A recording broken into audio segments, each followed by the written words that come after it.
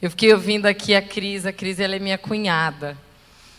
E o que ela contou do filho dela de 3 aninhos, olha, eu acredito que tenha sido exatamente como aconteceu. E a Cris é uma excelente mãe, mesmo assim a gente se culpa, né? Então, ela corrigiu muito bem o filho dela. E eu vou, antes de começar, dizer por que eu escolhi esse tema para trabalhar com a gente sobre identidade. Porque eu fiz o contrário da Cris. Eu, volta e meia, me culpo, porque eu dou uns berros lá em casa, e eu sou de família italiana, e vocês sabem, com 3 filhos, e eu dou uns berros meio feio lá. E eu já fui dormir muitas noites me sentindo a pior mãe do mundo. Alguém que se identifica com essa realidade? E eu queria dizer que essa história que você contou, Cris, além dela edificar a gente, ela foi a chave mestre que me fez trabalhar esse assunto com vocês. Obrigada, amei você contar a tua história, porque isso retrata muito mais do que vir e dar uma teoria, né? Isso retrata a realidade de vidas de pessoas que são imperfeitas, mas que são mulheres que tentam acertar. Concorda comigo? Vocês estão vindo, estou vendo muitos pais aqui, muitas mães, e vocês estão vindo de férias. Antes de começar, eu queria contar para vocês um pouquinho de coisas que eu ouvi dos pais voltando de férias. Eu achei tão interessante que os bons pais, eles chegavam na clínica falando assim, ó, e aí, como é que foram as férias com seus filhos? Vocês aproveitaram, viajaram, ficaram em casa? O que vocês fizeram? Eu percebi uma nítida diferença entre os pais comprometidos e os pais mais tecnológicos. Porque os pais comprometidos, eles chegaram para mim e eles deram a mesma resposta. Eles falaram, Karine, eu devo estar errando em algum lugar. Meu Deus, eu cansei. Eu me senti mal, me senti culpada. Eu falava, aquelas crianças não ouviam. Eu tinha que chamar, alguns eu tive que repreender, eu tive que bater, nananana. E eles estavam exauridos de canseira após esses dias finais aí de momentos antes de voltar às aulas. E eu achei muito curioso a resposta de outros pais. Tem pais que deixaram seus filhos na internet, no Xbox, não sei do que, as férias inteirinhas. Não estou falando que não é para ter, mas eu perguntei como foram as férias e os pais disseram assim, foram maravilhosas, deu tudo certo, a gente não brigou, a gente não precisou conversar, a gente não precisou ter problema nenhum. Mas daí eu pedi, o que aconteceu, o que vocês fizeram? Aí o relato deles ia me fazendo lembrar que, de fato, eles não tiveram limites, nem problemas, nem exaustão, nem confusão, nem conflitos, porque eles não se relacionaram. Alguns nem se encontraram. E outros tinham ainda que lidar, que mal se encontravam em casa, porque cada quarto tinha os seus meios de comunicação. E olha que curioso, né? Poder dividir isso com vocês. E eu quero dizer agora, já começando, que hoje de manhã, a minha oração foi falar para vocês. Eu só fiz um pedido para Deus. Eu falei, Pai, que essas pessoas que estarão lá essa noite possam sentir a mesma libertação que eu senti quando eu fui trabalhar essas culpas em mim. Eu durmo super bem, nunca tive problema de insônia, mas quando eu tinha que disciplinar as minhas filhas, mesmo sabendo que era uma atitude correta, eu lembro de uma noite que eu acho que eu devo ter dormido, foi a primeira noite que eu lembro que eu quase não dormi. Eu acho que eu devo ter dormido 2 horas na noite.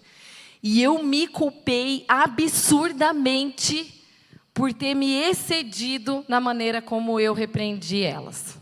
Eu sabia que a correção era correta, a disciplina era necessária, mas a maneira e a forma com que eu intervi estava totalmente inassertiva. Porque eu tinha passado do ponto no meu tom. E eu falo, o meu maior defeito é justamente esse. Porque esse é um treino que, pelo amor de Deus, se alguém conhece, tem pessoas que eu falo, um dia eu vou ser que nem a Cris. A Cris, minha cunhada, ela consegue ser pontual e falar naquele limite bonito, nananana. Eu já vou com aquela intensidade de emoções. E assim, gente, funciona a vida. Até que eu parei de me culpar, porque eu falei, quer saber? Além de eu ter trabalhado nesse tema no sentido teórico, chegou um dia lá que eu pensei assim, eu falei, quer saber, eu posso dar uns tons, timbres assim, meio alto lá em casa e tal, mas eu tenho certeza que minhas filhas nunca vão reclamar de não ter tido o comprometimento de mãe e pai lá dentro de casa. Porque, no fundo, a gente só está tentando acertar. E assim a gente inicia a nossa conversa de hoje. Gente, por quê? A culpa, ela é como se fosse a nossa bolsa, né? Vamos falar sério. Vamos falar sério, porque se você não tem como você ir dormir ou acordar muitas vezes sem ser tentado a se sentir culpado nas situações. Hoje pela manhã, eu tinha postado lá o nosso tema, né? Do Insta, da palestra de hoje, e aí eu achei muito curioso um relato de uma mulher, que ela disse assim, eu me sentia culpada porque trabalhava. Aí eu parei de trabalhar para ficar com os meus filhos. Hoje, eu me sinto culpada porque eu estou em casa e todo mundo está trabalhando. Daí ela falou assim, e agora? Para onde que a gente corre? E assim é a vida, porque parece que a culpa ela não dá conta de largar a gente. Não é? Se você vai para casa, ela silenciosamente está te dizendo, olha, eu acho que você precisa melhorar naquilo. Se você vai para o trabalho, você fala, eu acho que você tinha que terminar esse trabalho de um jeito assim, assim, assim, e que não dá para deixar para amanhã. Se você vai para os teus relacionamentos, teus papéis como mãe, como esposa, como, sei lá, de todas as áreas, sempre vem uma pergunta, eu poderia ser melhor e me sinto culpada porque eu não faço isso ou aquilo da maneira que eu gostaria. Ela vem silenciosamente. E ela ataca as pessoas mais morais. Sabiam? Você sabia que quanto mais correta é uma pessoa, mais tendência ela vai se sentir em ser tentada pela culpa. Isso é bem interessante. Se você, quem aqui volta e meia se sente meio culpado, levanta a mão por algumas razões. Sintam-se elogiados, porque às vezes até quando uma coisa dá errada, você vai falar, nem foi contigo o erro, e você já está assim, meu Deus, onde é que aonde que eu fiz errado? E assim a gente vai procedendo, porque ela não tem escrúpulos. A culpa, gente, ela é uma armadilha. Vocês querem saber? Ela está acabando com o emocional de muitas mulheres. E se a gente não fizer uma leitura emocional, e se nós não nos dispusermos a fazer a avaliação dos mecanismos de ação que a culpa exerce sobre o nosso emocional, a gente está lascado. Porque ela age de uma forma diferente para cada tipo de pessoa. Mas uma coisa eu sei, ela não dorme e não cochila. Ela vem exatamente como uma cobra, que ela vai se enrolando, se enrolando, se enrolando, e se você não decifra que aquilo é uma área que volta e meia te pega, ela te estrangula. Ela te estrangula mesmo. Quantas e quantas pessoas a gente vê? E aí agora eu pergunto, né? Você passa o primeiro slide ali para a gente, fazendo um favor, Digão? É o impacto da culpa da nossa identidade. Pode ser o próximo. O próximo, eu tenho uma pergunta para fazer para vocês. É possível viver sem a culpa? Sim. Quem acha que sim? Estou a fim de bater papo, hoje eu não estou só a fim de falar. Quem acha que não? É possível viver sem? Ótimo. Próxima pergunta. Ela é tão prejudicial assim? Gente, e a última. Quando que uma culpa ela é eficaz? Pense lá você na sua culpa que volta e meia sombra. Ela tem uma função. A culpa ela é um sentimento que ela precisa acontecer, ela é nata, ela é da nossa natureza, mas ela é boa num tempero aonde ela pode te auxiliar, aqui como eu estou dizendo ali, ela pode te auxiliar para corrigir erros. Faz sentido? Se você se sente culpada como mãe, é um ponto onde você, estou falando mãe, esposa, blá, blá, blá, blá, blá, blá, tudo vocês já incluem aí, ou com você mesmo, é um ponto onde você deve se perguntar, eu posso corrigir os meus erros e, além de tudo, me impulsionar para mudar. Agora, ela é ruim e danosa a partir do momento em que ela te paralisa e que ela te aprisiona. Quantos de vocês já tiveram momentos onde você errou e às vezes você não foi marcada por uma noite ruim de sono? É muito improvável disso não acontecer, porque toda culpa, ela é um convite para castigo. Nós já vamos estar falando disso, porque a leitura que a gente tem que entender, assim, se você pegar os grandes estudiosos sobre esse tema, eles vão falar que toda culpa vem com a vergonha. Por isso que a gente não costuma falar dos nossos erros tão facilmente para as pessoas que estão ao nosso redor. De alguma forma, nós estamos hoje vivendo numa geração de pais que já se sentiram tão morais e tão tendenciosos a não errar, que agora eles estão criando filhos ausentes de culpa. Se você, às vezes, se sente resistente de corrigir um filho, e esse filho ele não é induzido, às vezes, a entender que aquilo é errado, entender que aquilo precisa ativar nele um sensor, isso é certo, isso é errado, você não produz nele uma criança moral. Mas a nossa geração é assim, melhor, como a Cris colocou aqui, melhor deixar assim, nem vamos brigar, porque daí é melhor, não precisa ter conflito. E quando que eu digo que a culpa, ela traz a vergonha? Eu lembro de uma vez que eu estava com a minha segunda filha bebezinha, ela devia ter, sei lá, 4 meses, e eu fui trocar ela no trocador. E aí, sabe trocador, né? Aquela bancadinha. E aí o tempo mudou, de uma hora para outra. E eu pensei, ela vai passar frio. Aí o trocador estava aqui e o guarda-roupinha dela estava aqui. E ela nem se mexia ainda, nem não tinha movimento ainda de fazer looping. E eu fiz isso aqui, ó. Eu peguei, a nenê estava aqui, eu peguei o tip-top. Na hora que eu voltei, o que aconteceu? Gente, mas eu só ouvi, sabe aquela história de mãe? Eu só ouvi aquela cabeça assim, ó, pá, no chão. Meu Deus, eu fiquei tão mole, que a sensação física que eu tive era que eu não tinha osso.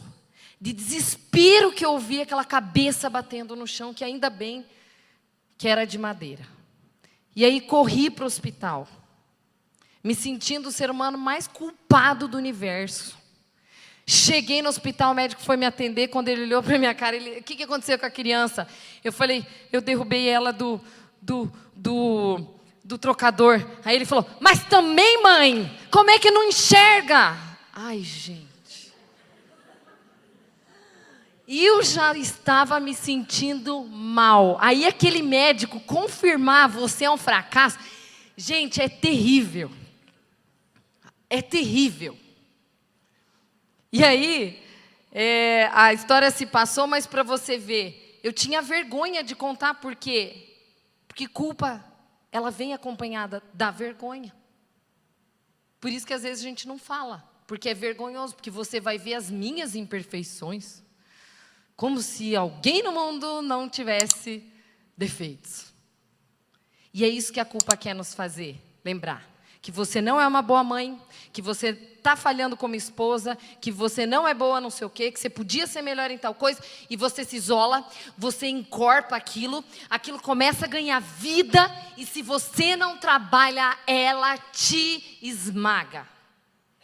E aí vem o terceiro slide, que é a consequência da culpa no nosso comportamento. Vocês sabiam que é um cérebro, eu não vou ler para vocês ali, porque só de ler esse monte de palavras já dá preguiça, né? Só vou sintetizar para vocês.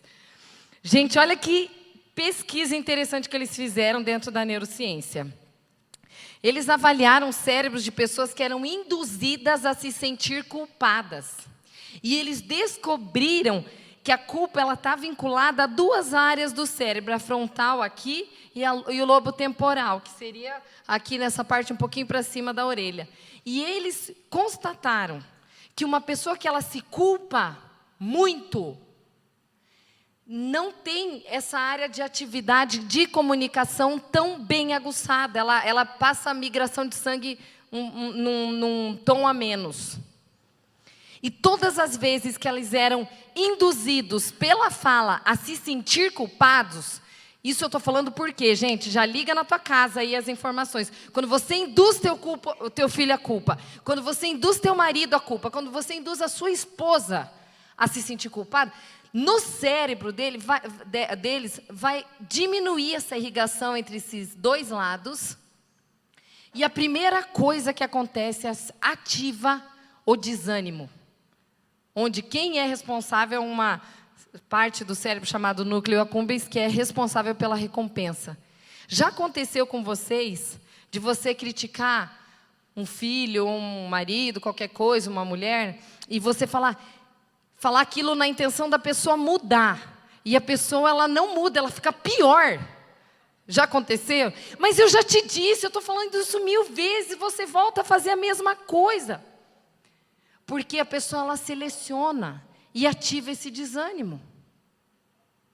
Agora, prestem bem atenção que vem aí as cenas das coisas que eu vou descobrindo conforme eu vou lendo a Bíblia. Por isso que eu gosto, porque isso aqui eu pesquiso e aí eu vou lá na neurociência, vejo se tem fundamentação teórica e eu volto e falo, yes!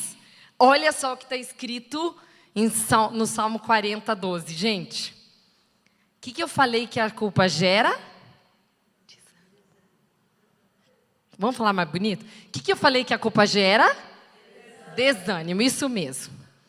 Salmos 40.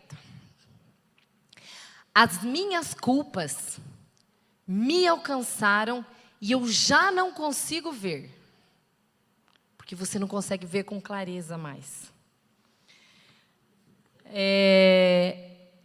As minhas culpas são mais incontáveis do que os cabelos da minha cabeça, e o meu coração perdeu o ânimo. Uau! Que informação interessante. Exatamente o que acontece no cérebro. Você perde o ânimo de ser uma esposa melhor, uma mãe melhor, uma sei lá o que melhor. Porque a culpa, ela te desestrutura, ela te desanima. E eu achei muito joia, até eu vi a adolescente aqui, que eu amo demais, que eu sei que ela está aqui, ela é minha inspiradora, uma adolescentinha que eu atendo. Não vou falar o nome dela por questões éticas, mas eu gostei muito de uma fala dela falando para mim assim, a gente estava mapeando de como é o funcionamento da culpa nela, e ela falou assim, Karine, as minhas culpas ficam maiores à noite, porque à noite eu não consigo ver. À noite parece que as minhas culpas aumentam, e à noite parece não terminar. E olha como isso se confirma, porque no próprio Salmo 40, 12 está dizendo, as minhas culpas me alcançaram e eu já não consigo ver. O conseguir ver, vocês entenderam aqui, né? O que quer dizer? Significa que você está lá com uma situação, um problema, e você não consegue ter a nitidez daquilo, porque justamente por causa da tua culpa. Você se acha enfraquecida para ter que lutar contra aquela realidade. E aí, em versículos anteriores, ele diz que as culpas acionam castigos. Isso faz todo sentido, gente. Porque quando você é pequena, teu pai e tua mãe, eles ativam o sensor de te dizer o que é certo e o que é errado. Quando você cresce, não tem pai e mãe para te punir. Então, quem te pune é o teu psicológico. Só que como que ele vai te punir? Não vai te bater que nem um pai faz, ou corrigir, ou te deixar de castigo. Ele te faz com que você mesma se coloque de um castigo psicológico, que às vezes você está escravo dele há tantos anos e nem percebe. E aí você está lá se automutilando. O que mais que a culpa pode produzir, na opinião de vocês? Vocês acham que a culpa pode gerar depressão? Acham que a culpa pode gerar ansiedade? Com certeza. Passividade, ela faz isso com a gente. E aí vem insônia, vem tudo que vocês imaginam e mais um pouco, porque daí ela vai te escravizando e fazendo tudo que você imagina. Como é que a gente resolve? Eu achei bárbaro, nesse mesmo versículo está aqui a resposta. Ó. Deus não quer sacrifícios pelos nossos erros. Entenda isso. Não estou falando agora de Deus, estou falando assim, ó, Ele não quer sacrifício. Não adianta você se automutilar, se isolar, se autodesvalorizar, ter insônia que for, se autochicotar porque você errou. Aqui está a resposta, Deus não quer sacrifícios pelos erros. Como é que a gente neutraliza então essa culpa? Através do seu amor e a sua misericórdia, de entender. Entender. Eu preciso entender que a misericórdia de Deus se renova todos os dias. Gente, tem um livro que fala muito de culpa. Se alguém aqui se sente muito culpado, eu aconselharia muito ler esse livro aqui, ó. Esse é um livro que eu há 2 anos já conheço. Não, ano passado eu conheci. Li, amei. E o nome dele é A Coragem de Ser Imperfeito, da Brené Brown. Ele fala, ela tem até inclusive uma palestra dela na Netflix. A hora que vocês estão bem tranquilas, valeria a pena ver isso, porque ela relaxa na gente aqueles costumes de termos um ego tão rígido quando o assunto é não posso errar. Mas uma das coisas que me faz ter a convicção que vale a pena a gente conseguir trabalhar, tem 1000 tipos de técnicas dentro da psicologia. Todo mundo pode usar quando o assunto é culpa. Mas eu vou ser muito sincera. Eu não encontrei uma que fosse tão eficaz quanto você entender a culpa através de um olhar bíblico. Eu sei, eu sou psicóloga, muitas de vocês vêm aqui baseado no fato de desejar ouvir coisas dentro da psicologia. Mas é assim, ó, gente. A minha intenção quando eu venho não é falar o que é bonito, porque às vezes eu estou trazendo uma informação, ai, que teoria legal e tal, mas ela não tem aplicabilidade prática no dia. Você sai daqui, você esquece, você tem que entender algumas coisas que a partir da hora que você entende, você se liberta daquilo. Eu já ouvi 1000 vezes, em músicas, em congressos, pessoas dizendo, ai, as misericórdias de Deus se renovam todos os dias. Ouvi 1000 vezes. Mas eu levei, acho que uns 9 meses para entender e deixar ela fazer morada aqui dentro de mim, sem que eu tivesse que me chicotear. No sentido de me autocorrigir. E como e qual é o antídoto que a gente pode ter para a culpa, que é a nossa próxima slide aí. Eu vou só falar de 2. Só falar de 2. Aí a gente encerra. Tem nosso tempinho tudo contadinho. Mas é muito importante fazer o mapeamento emocional para você ver aonde é que a culpa te leva. Tá? Eu coloquei aqui algumas perguntas para tentar fazer com que esse tempo de vocês seja reflexivo. E eu quero que vocês se perguntem aí. Eu posso fazer uma coisa com vocês? Posso sair perguntando qual é a área que mais nós somos convidadas a nos sentir culpados? Eu vou fazer isso, vocês me autorizam? Porque vocês não vão se expor, mas saibam que a fala de vocês é a fala de todo mundo que está sentado aqui e que às vezes tem vergonha de falar. Então, Digão, eu sei que você não vai gostar, eu só vou sair da frente ali da tela, mas fala aí para mim, qual que é a área que você mais é tendencionada a se sentir culpada? A área mãe, né? Família. Área maternal, vai. Profissional. Profissional. Você. Mãe. Meu Deus. Mãe. Ô, gente. Mãe. Oh, meu Deus, quem é mais novo aí que pode falar? Vou consultar um homem. O chefe Pedro. Vocês vão conhecer o chefe Pedro no mês que vem, que nós vamos falar dos escoteiros. Financeira. Ai, tô vendo homens aqui, qualquer homem. Você também? Você também se cobra? Não? A tua área é qual? Qual que é a área que pega a culpa para ti? Não vem nenhuma. Nenhuma na cabeça agora. Você tem? Para você? Escola. Totalmente. As tarefas de dona de casa. Ai, gente, eu também me culpo. Também, familiar. Questão familiar, você vê, não tem jeito. Não tem jeito. Como a gente é convidado a sentir isso toda vez. Gente, não dá para fazer carinho na culpa. Eu vou fazer algumas perguntas aqui para ajudar vocês a mapearem o efeito dela na vida de vocês, tá? Primeira pergunta. Quais áreas da sua vida a culpa te escraviza ou te seduz com mais força? Essa vocês acabaram de falar. O que ela te causa?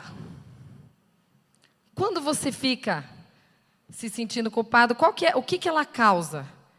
Você para de se relacionar, você fica mais quietinha, você mergulha na piscina da culpa, você desanima. O que ela produz em você? Outra pergunta. Quais são as consequências da autocondenação? Você chora, gera ansiedade, medos, você fica mais na defensiva, a culpa gera afastamento das pessoas das quais você mais erra. Muitas vezes a gente erra e a gente para de olhar para a pessoa que a gente comete erros. Os olhares, eles são muito olhados para baixo, o contato visual diminui. Isso aqui a Brené fala no livro dela. Agora vem, quais são os falsos sentimentos ou falsos pensamentos que tentam roubar a sua lucidez? Eu não mereço coisas boas? Sou culpada de estar dando tudo errado mesmo? Eu aceito essa culpa para mim? E aí vem a última pergunta. O que neutraliza a sua culpa? O entretenimento, as distrações, a alegria. Alguma coisa precisa, ou até eu entendo que não tem nada melhor do que trabalhar e falar com a pessoa que você se sentiu culpada sobre o teu sentimento de culpa. Principalmente quando o assunto envolve filhos e esposo. É muito importante você fazer análise de como é o teu comportamento na hora da culpa. Quando você percebe como ele trabalha em você, você começa a entender que não tem porquê você permanecer dessa maneira. E quando eu disse aqui que o antídoto para a culpa é o conhecimento, gente, aí vem uma base aqui que eu acho que ela diz tudo, olha só. Em Mateus que fala, vocês erram não conhecendo as Escrituras. Porque a hora que você conhecer e a hora que você lê, você vai se surpreender como ela traz libertação. E uma das coisas que eu selecionei aqui que ela diz é, eu mesmo faço dos seus erros como uma névoa, ou seja, como uma nuvem que vai passando. Simplesmente ela passa. Mas não quer dizer que você tem que ter atitudes não reparadoras por conta das suas culpas. Certo? Uma coisa é você entender que você errou e você precisar se reparar com o outro de acordo com a forma tua de comportamento. E quando todo mundo conhece aquela frase, né? Meu povo padece por falta de conhecimento. E é só o conhecimento que vai te tornar livre. nem livros, nem psicólogos, nem pais, nem homens, mulheres, ninguém nos tornará livre da culpa. Eu vi de mim, quando eu entendi, nossa, foi tão interessante, quando eu entendi que a leitura, que eu entendi como Deus lida com as minhas culpas, que Ele joga no mar do esquecimento, e que lá é preto, eu não preciso ficar voltando e pegando aquilo de novo, e volto, eu pego de novo, e diz, eu mesmo, a pergunta é, quem é que faz a gente livre da culpa? É Deus, não é a gente. Quando diz eu mesmo, 2 vezes, eu mesmo. Gente, toda palavra repetida é porque ela merece uma atenção um pouco maior. E Bíblia não é repetida, né? Não é repeteco. Quando diz eu mesmo, te lavo e jogo os teus pecados no mar do esquecimento. Não é no lago do esquecimento, não é no riacho do esquecimento, não é na torneira do esquecimento. É no mar. Ele não vai ficar procurando. Deus é bem resolvido. Até como aconteceu comigo, o dia que eu me senti liberta, foi um dia que eu falei, Deus, eu sei disso, mas eu não consigo aplicar. E aí eu entendi assim, como se Ele tivesse dito, filha, você não precisa aplicar, você só tem que receber. Você só tem que crer. Crer que eu faço isso. Daí eu falei, pai, mas olha meus erros como mãe. Aí, gente, é tão engraçado, mas eu senti como se Deus falasse assim para mim. Erros? Que erros? Toim. É aí que Deus vai ministrando a gente. Só que uma coisa eu preciso advertir. A nossa área emocional, ela é apta e habilidosa em nos seduzir a voltar com aquela culpa, adotar aquele padrão de funcionamento e aceitar como se ela fosse a minha bolsa e eu tivesse que sair com ela em todos os lugares. Eu quero dizer para vocês uma coisa. Tanto espiritualmente quanto emocional, nós temos que colocar muros que nos protegem entre uma culpa saudável até o ponto que vai de uma culpa patológica. Porque ela existe, a linha dela é muito tênue. E esse muro, quem coloca é você, a hora que você entende que isso é uma barreira que precisa ser colocada. Nos tempos antigos, quando as pessoas iriam atacar cidades, vocês sabem o que eles faziam para proteger as cidades? Quem sabe? Coloca muro, exatamente. Então, eles colocavam aqueles muros. E os inimigos, eles ficavam de olho e eles circulavam ao redor da cidade para perceber aonde é que eles encontravam uma brecha para entrar. Quando eu aprendi isso, eu fiquei pensando, nossa, que engraçado, as cidades com muros, né? Pensei em Cascavel cheia de muros. Nada a ver, né? E aí eu tive uma experiência onde eu pude ver isso ao vivo. A gente foi fazer um cruzeiro na Europa com os amigos. E aí a gente parou numa cidade da Itália, que a gente tinha que pegar, acho que, um outro navio. E aí eu consegui ver aqueles muros. E eu lembrei, na hora que eu olhei aqueles muros, eu falei, nossa, aqui os inimigos não entravam. Só que daí, bem na ponta da onde eu estava saindo, tinha uma brecha. Sabe aquela brecha fininha? Muito difícil de entrar, mas se você fizesse uma força e entrasse com o lado, você conseguiria entrar e invadir a cidade. Lá em Civitavecchia, acho que é o nome. E aí eu entendi exatamente o que é um emocional preparado. Uma pessoa emocionalmente estruturada é quando ela fecha esse muro com cimento do conhecimento, aonde você olha e fala assim, eu posso me sentir culpada, porque a culpa me faz corrigir os meus erros, mas ela não vai me aprisionar mais. E quando você tem a compreensão que esse muro precisa, e eu preciso receber e aceitar para mim isso, aí vem toda uma sensação de liberdade emocional que você não precisa carregar. Só que algumas pessoas farão questão de relembrar, viu, teus erros. Ou teu marido quando você está melhorando, ou tua esposa, ou teu filho. Aquilo volta, aquela fala volta. Você acabou de se desculpabilizar, de repente vem. Mas viu? Não devia ter feito não sei o quê. De novo fazendo isso. Porque isso é uma sequência, isso é um exercício, isso é um treinamento. Por isso que a gente tem que fazer essa leitura sempre. Vocês já levaram culpa de coisa que não era de vocês e vocês pagaram por ela?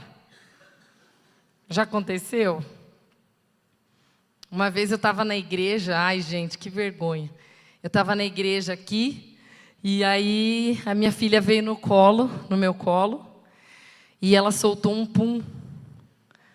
E eu estava aqui, né, com ela no colo, aí o cheiro do pum começou a vir para trás. E aí a mulher de trás sentiu o cheiro do pum. E aí eu falei, meu Deus, eu queria esgoelar a Vitória. Eu falei, ai meu Deus, Vitória, eu não acredito que você faz isso. Eu tenho certeza que a mulher achou que fui eu. E eu levei uma culpa que não era minha. Era para acabar, né? Era para acabar. E eu estou contando isso aí porque eu me lembrei exatamente dessa história no dia que eu li essa frase que eu queria dividir com vocês. Ai, que interessante. O Senhor não nos trata conforme os nossos pecados. E Ele nem retribui conforme as nossas falhas. Ele perdoa todos os nossos delitos. Eu pensei, né? Aqui não está dizendo Ele perdoa alguns. Ele perdoa todos. E esse é o exato sentimento que eu tive quando você tem um filho que erra, como eu vi que a minha filha errou, e eu levei a culpa por ela, não tem problema. É assim que eu sinto que Deus faz com a gente como pais. Ele como pai da gente, quando a gente tem os nossos erros. Ele simplesmente perdoa e começa tudo de novo no outro dia. Teu filho pode ter feito algo muito errado, o teu amor por ele não muda. É tão fácil de entender isso. E por que nós somos continuamente tentados a nos seduzir? Por uma culpa que não precisa mais nos perseguir. Eu queria ir para o encerramento, levando dois pontos rápidos aqui. As duas têm a ver com as perguntas que eu mais ouço quando o assunto é culpa. Uma das coisas que eu ouço é assim, Karine, mas eu cometi tantos erros. Nossa, Karine, eu abortei, eu traí meu marido. Você não tem noção, eu sou podre. Eu fiz coisa errada, eu não mereço. Gente, a partir da hora que você entende, se arrepende, você não precisa ficar se lamuriando, você simplesmente precisa receber e crer que Ele realmente leva para o mar do esquecimento. Que Ele realmente olha teus erros como névoa. Mas isso não te dá permissão de você machucar outras pessoas de novo. E a outra pergunta que as pessoas fazem, quando você entende, não precise mais adotar falsas culpas, eles dizem assim, mas o que eu preciso fazer para eu realmente sentir que a culpa foi embora? Porque as pessoas elas têm a tendência de achar assim, para mim esse foi o ponto alto de tudo que eu falei até agora. As pessoas têm a tendência de achar assim, que quando elas fazem algo que elas se condenam muito, elas precisam fazer uma coisa para exorcizar aquela culpa.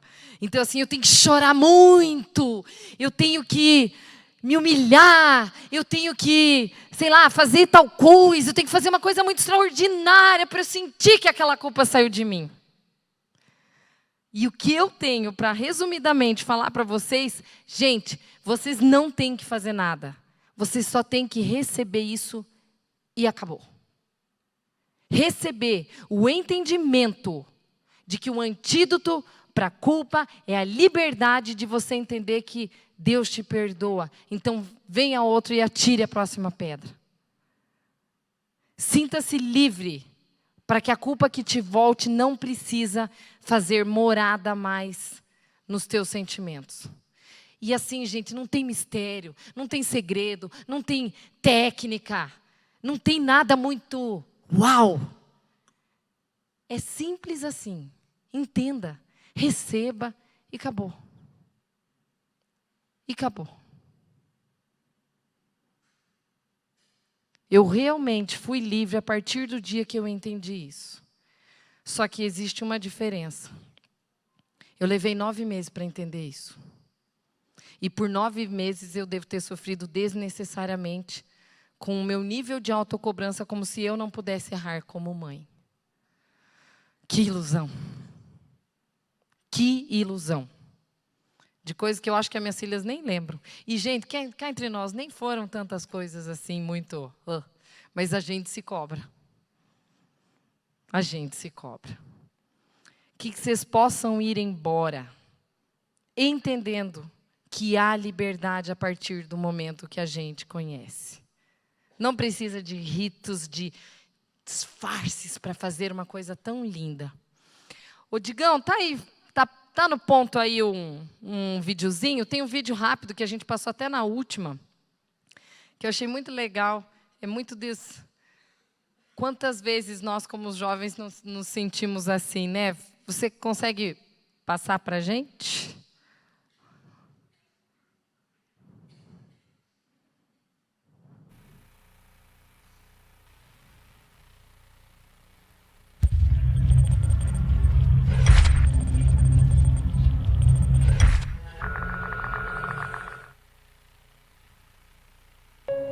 That's when I said, Lord, what's the question? Então aí foi que eu disse, Deus, qual é a pergunta?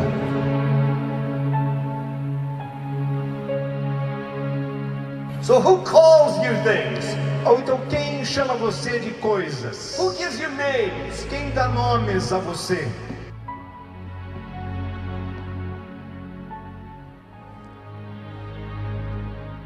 And you received his message in your heart. E você recebeu a mensagem dele no seu coração. Because deep in your heart, Porque lá no fundo do seu coração, you believe you have no value. você acredita que você não tem valor.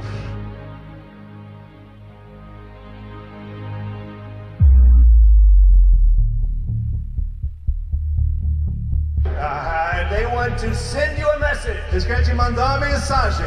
What is their message? E qual é a mensagem? You have no value.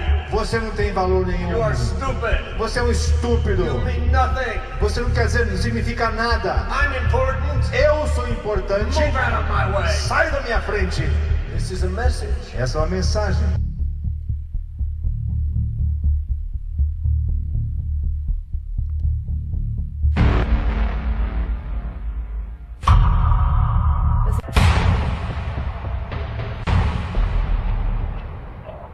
And the Lord said to me, E o Senhor me disse, my son, meu filho, your problem is o this. teu problema é o seguinte. You did not ask me the question. Você não fez para mim a pergunta. I said, Lord, what is the question? Eu falei, Senhor, qual é a pergunta? And the Lord said this. E o Senhor disse o seguinte, The question a pergunta is, who am I? é, quem sou eu?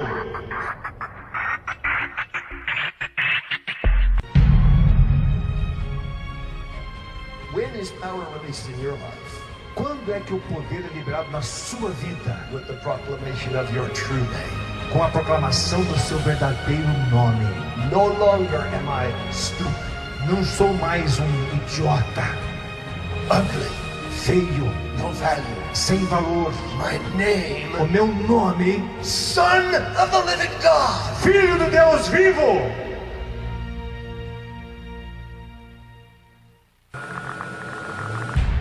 Filho do Deus vivo. Gente, um corpo não ocupa 2 lugares ao mesmo tempo. Ou você fica com a palavra, ou você fica com a culpa. Eu queria encerrar. Samira, você está por aí? Vem aqui, por favor. Gente, vamos aplaudir as mulheres de Campo Mourão. Levantem mulheres de Campo Mourão aí para a gente ver todo o empenho que essas mulheres tiveram para estar hoje aqui. Pode vir aqui, Samira.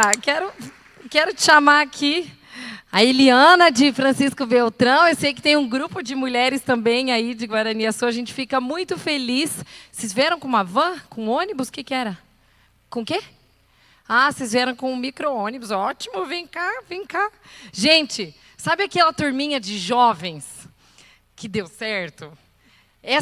Nós duas éramos, ela está em Campo Mourão morando agora, porque o marido dela foi transferido para lá, ele é promotor. E ela é arquiteta, né? E eu estou muito feliz de você estar aqui, Flor. Que coisa boa. Sabe por quê, gente? Nós éramos jovens. Ai, somos ainda, mas assim, a gente não sabia nada da vida e a gente começou a fazer todos os cursos da UDF. Então nós fizemos a Mulher Única, né? Uhum. E aí fizemos Tinha a célula e tinha a classe de casais que você tinha começado aqui na igreja, na escola dominical. Ai, nem lembrava mais disso. Um acampamento, não, na verdade, era um congresso também de casais em Toledo. Ai, também não lembrava. Oh, meu Deus do céu, faz tempo, né? Foi gostoso, muito bom. E tinha os homens ao máximo que o Adriano dava. Para os homens, eu dava Mulher Única. Filho ainda, né? Ninguém tinha filho. Aí, culpa. E ninguém tinha culpa, exatamente. Aí a turma, todo mundo engravidou ao mesmo tempo. A Karine, minha cunhada, está aqui, nós éramos do mesmo, lembra? Exatamente. E aí começou a vir as culpas. E aí nós não sabia nada de educação de filho, a gente fez o curso Educando Filhos à Maneira de Deus. E hoje a gente está aqui, né? Você com 2 filhos, eu com 3.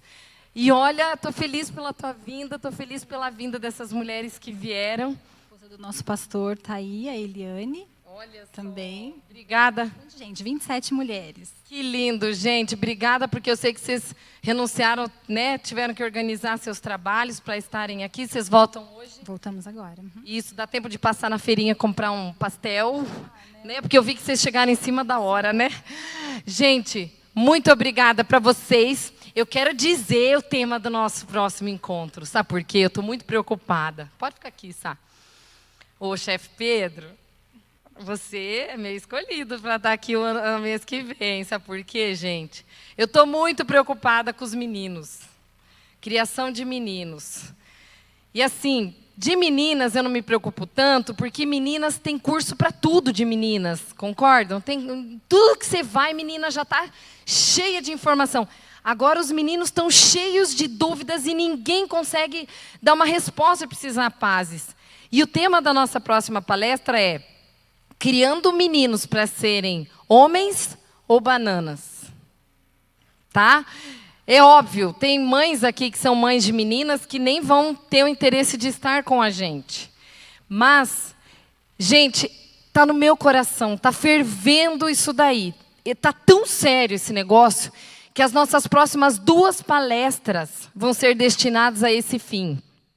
E mesmo que você é mãe de menina, pensem em vir aqui porque vocês vão ter genros. E esses genros precisam também serem bem guiados.